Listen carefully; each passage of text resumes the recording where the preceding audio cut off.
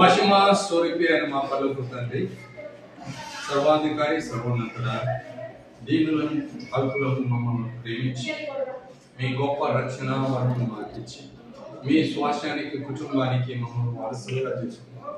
మా కొరకు మీ మహిమ లోకంలో గొప్ప గొప్ప అద్భుతమైన నివాసంలో ఏర్పరిచి మా కొరకు మరలా వస్తాను, నేను నాతో యుగము ఉంటున్నప్పుడు నేను తీసుకెళ్తానని వాగ్దానం చేసిన తండ్రి, మీ నామమునకు స్తోత్రం. మీ రాకను నిరీక్షిస్తూ మిమ్మల్ని సేవిస్తున్నాం, గణపరుస్తున్నాం.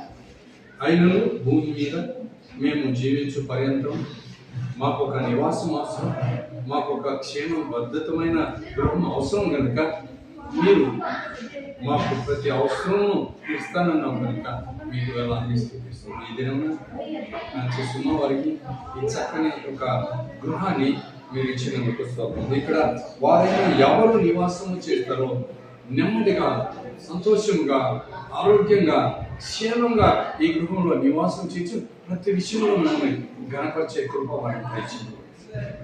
ఈ గృహాన్ని ఈ దినమున ప్రతిష్ఠించి మీ నామ